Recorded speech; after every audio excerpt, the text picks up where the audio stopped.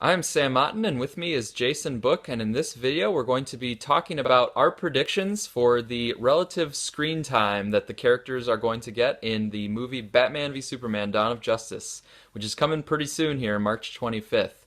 So a big question is Superman and Batman, who's going to get more screen time, who's going to get more development? So let's start there. Superman and Batman.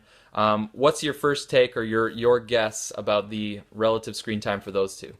Well, I'm hoping that it starts out with more Superman, then comes into a lot of Batman kind of explaining why he's got this grudge against Superman.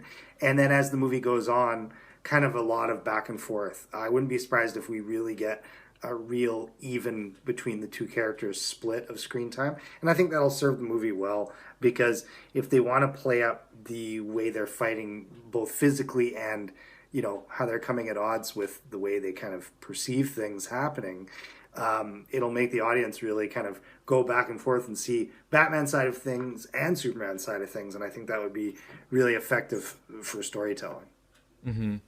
Yeah, and so far my impression is that they are going to do that effective storytelling of really blending the two, looking at Superman from Batman's perspective, looking at Batman from Superman's perspective, kind of Yeah, following both of them and sort of understanding their motivations and their dilemmas both, yeah, so that when they have their scenes together, which clearly there's going to be several scenes together, meeting as Clark and Bruce, meeting on the street, having a battle with Batman in the battle armor, having fights together at the end. So I think it is going to be a nice blend, like you're saying.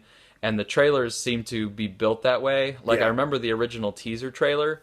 It was literally right at the middle of the trailer. It switched from Superman's perspective to Batman's perspective. right. It was an even split. And I also analyzed the official second trailer, the one with the Doomsday appearance. Yep. And that one was a perfectly even split as well. 67% of the Interesting. sort of content time was split between the two. Yeah, And they did, again, the nice storytelling blend of at that first scene, it's Clark and Bruce together, and Bruce talks about Superman, and Bruce narrates the Superman montage, and Clark talks about Batman, and he narrates the Batman montage. So I thought that was a really clever way to actually merge the two characters together. yeah.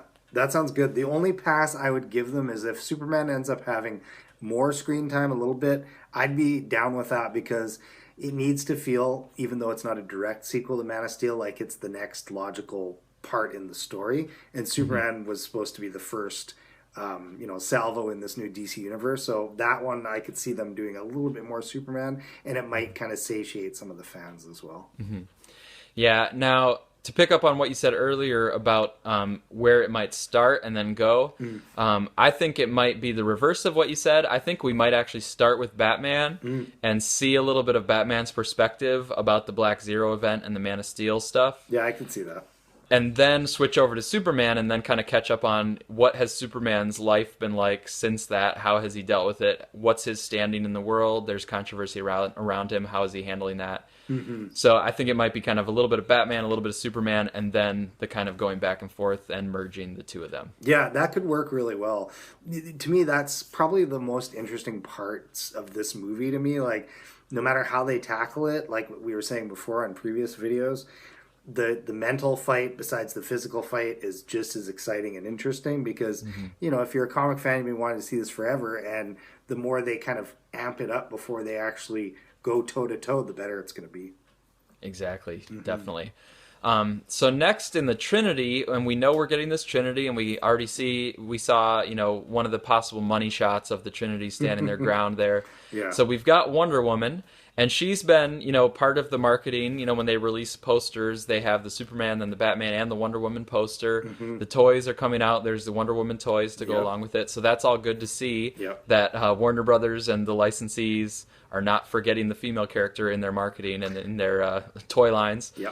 There's still this big question of what screen time is Wonder Woman going to get. And recently in an interview, Zack Snyder kind of like slipped up and he called Wonder Woman's role a cameo, and then he corrected himself and he's like, well, it's more than a cameo. Like, she plays a big part in the plot. Yeah. But the fact that he would even think of the word cameo makes me think that she's maybe a smaller part of the movie, but she's just being marketed because the marketing department wants to make sure people know that Wonder Woman is arriving and she's going to be part of this. Yeah, it almost makes me worry before he even said that, and then after him saying it, even more so, that she may be in the movie as Diana Prince, but not show up as Wonder Woman until she needs to when they fight Doomsday, which is all well and good. And we've said a million times over the last year or so, we've been speculating, you know, there's so many characters in this, we don't want to see too much going on. But, you know, the way they are promoting her and the fact that Wonder Woman hasn't been in a live action DC movie before and things like that, I'd like to see her really get her due. And besides just fighting Doomsday, so I hope we get a bit more character fleshed out, you know, maybe some Diana Prince stuff, and a reason why people are going to want to go see her in her own movie, besides the fact that she can go toe-to-toe with Doomsday. I'm going to give you credit, and I'm going to mark it here in this video because I have this feeling that you are totally right in what you just said. I think she's going to be Diana Prince, like, for several scenes in the movie. Yeah. And then I think Wonder Woman is only going to appear at, like, the final showdown, and she's going to come in to help out. And I actually think that is a really smart way to go, because I think what you want to do, if you're Warner Brothers, is you want to leave the audience wanting more of Wonder Woman. If people are saying, I wish she was in there more, I think that's perfect. That's true. I'll give you that. And then at least if they do that, we need good Diana Prince scenes where they allude in little jokes and stuff that she's got a strong grip or something, or something where they're kind of like, oh, well, there's more to her than just whatever part she's playing in her civilian identity. Right. And that way, if she comes in, kicks some ass, has some dialogue too, and doesn't just fly away, right? So, you know, as long as we're getting good development with her, I'm down with it. And then we'll see with the next characters how much time they're going to get as well. Right. And I think the my analysis of official trailer 2 kind of backs this up, because she actually was only in 10% of the important screen time. Yeah. And really, it was kind of this one awesome shot, and then she's there with the Trinity, which I was really impressed with that shot, and I was kind of exhilarated when I saw Wonder Woman with her shield, and then you know the slow pan up. And so it was kind of exactly what we were saying, where there's a little bit of Wonder Woman. We know she's there. We can kind of get a sense of how tough she is, but I wanted to see more of her. So I think that's a good sign. Yeah, I'm looking forward to it, though. So then a big question here is with Lex and Doomsday as the villains. How much development are they going to get? How much screen time? My guess is that it's really going to be a lot of Lex. Lex is going to interact with Clark and Bruce. Lex is going to interact with the Senators. He's going to interact with Lois. I think he's going to have a lot of scenes setting all this stuff up. And Doomsday, I think, is going to be a relatively much smaller part of the movie. He'll come in and serve a plot purpose, but Lex is going to be the one that gets the development. Yeah, I agree with that. That's what I would guess as well for Doomsday. And for Lex, now that's an interesting one to me, because not as much with Superman or Batman, I wouldn't worry about either of them having too much screen time. But I do want Lex to have a good amount of screen time, but not too much, because I don't want the performance to be kind of something where you're getting too much of this manic, performance by Jesse Eisenberg. I want it to be that you either watch him slowly turn into this crazy character, or that you're getting bits and pieces of it, and then by the end of the movie, he's in full-on villain mode. You know what I mean? Yeah. So if he has a kind of a change or a shift, then you might be okay with more screen time for him. But if he's kind of a one-note thing, then you'd want that to be sort of minimized a little bit. Yeah, I wouldn't want to just see it in every scene where he comes in, he's trying to steal the scene, right? I want it to be the calculating Luthor, and obviously we're getting that kind of Jesse Eisenberg vibe we've seen in the trailer too, where he's playing up some kind of creepy silliness as well. So, I'm looking forward to seeing what he does with it, but that one so far, I don't have a read for kind of the arc of the character so far. Right. And in the trailer that I analyzed, he had 21% of the screen time. So pretty solid for a villain, but also clearly a backseat to Batman and Superman. Yes. At 67%. They both had 67%, which I think is good, because Batman and Superman have their own animosity, so you don't need a villain for all of that. Yeah. But having if you give a solid arc to Lex, then that can work well overall. Yeah. Last, we wanted to speculate about the screen time for some of the other Justice League members that we know are going to appear in the movie, but we don't know how or to what extent, and that's Aquaman, Flash, Cyborg. So what do you think about those three? Well, I mean, we haven't even seen anything in the trailer yet, not even a little slight tease or anything. I kind of hope we do see some of that before the movie comes out, but if we don't, it kind of leads me to think that they're going to do kind of the Marvel thing where not necessarily a post-credit scene, but a very end of the movie scene, kind of alluding to the starting of Justice League. And as I've said since we talked about this, the beginning of this movie for day one, I really want them to handle the more characters thrown into the pot, the more, the writing's got to be better, the acting's got to be better. It's just got to be tighter and tighter. I don't want it to look like Wonder Woman comes in, helps them save the day, and then all of a sudden the Justice League is there too, and you're like, what's going on, right? Yeah. So story's got to come first, and I don't know if they're going to kind of give us little glimpses of these guys in their civilian identity as the movie goes to kind of explain why they would come together. But I'm really interested to see in it, and these ones probably even more than the other characters. It really depends how much time they're going to have. It really, it could go either way, I think.